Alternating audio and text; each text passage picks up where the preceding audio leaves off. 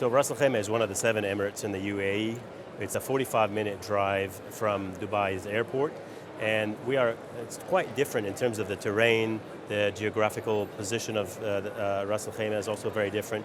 The landscape is different in the sense that we have the highest mountains in the UAE, which is Jebel Jais at 1,900 meters high, and also the proximity of the beach, which is a 64-kilometer pristine beaches. The desert and the mountains are all very close to each other. So for example, I would say people who like to do adventure, they can do zip lining in the mountains, they can do diving in the sea, and a desert safari all over one weekend. And I'm guessing because it's mountainous, there are different climatic zones, microclimates. Absolutely. So the mountains, for example, are always 10 degrees cooler than the coast. And in the summer, or the hot summer months, the mountains are a great escape for people who like to do picnicking or hiking, mountain biking, extreme sports, is all available in our mountains. And what kind of tourists from Europe would go there? Who would enjoy it? Germany is our number 1 market, and that's seen a 53% growth year on year from January to September this year.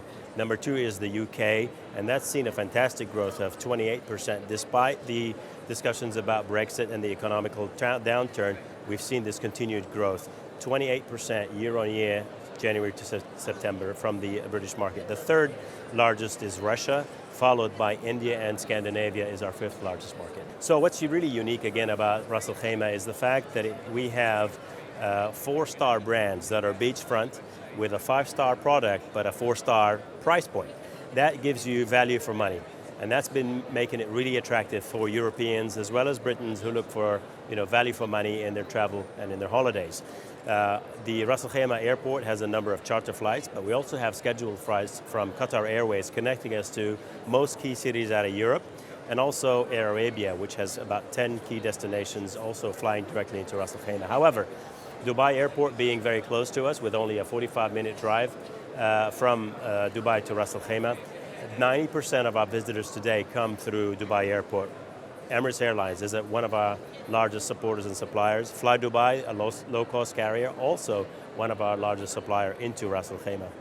Adventure tourism is a growing trend, and our objective is to drive more of the younger generation, the millennials, if you like. We are very much known to be a family destination, and we like that. We're nurturing that, and we're seeing fantastic growth from that segment.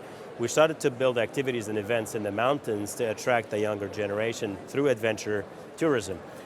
We've now launched the Via Ferrata, which is an Italian term for the Iron Path. Those who do climbing will be very familiar with this. It's natural climbing grounds within the mountains with 3-tier levels of climbing, with some that are actually very extreme, with extreme height.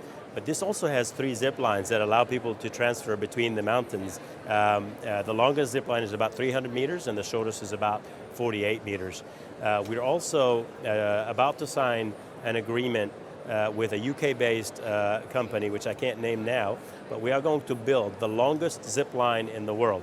And that should be online to launch by October or the last quarter of 2017. How long will it be? I can tell you the longest in the world today is in Puerto Rico, which is 2.5 kilometers long. So we're going to have to beat that record.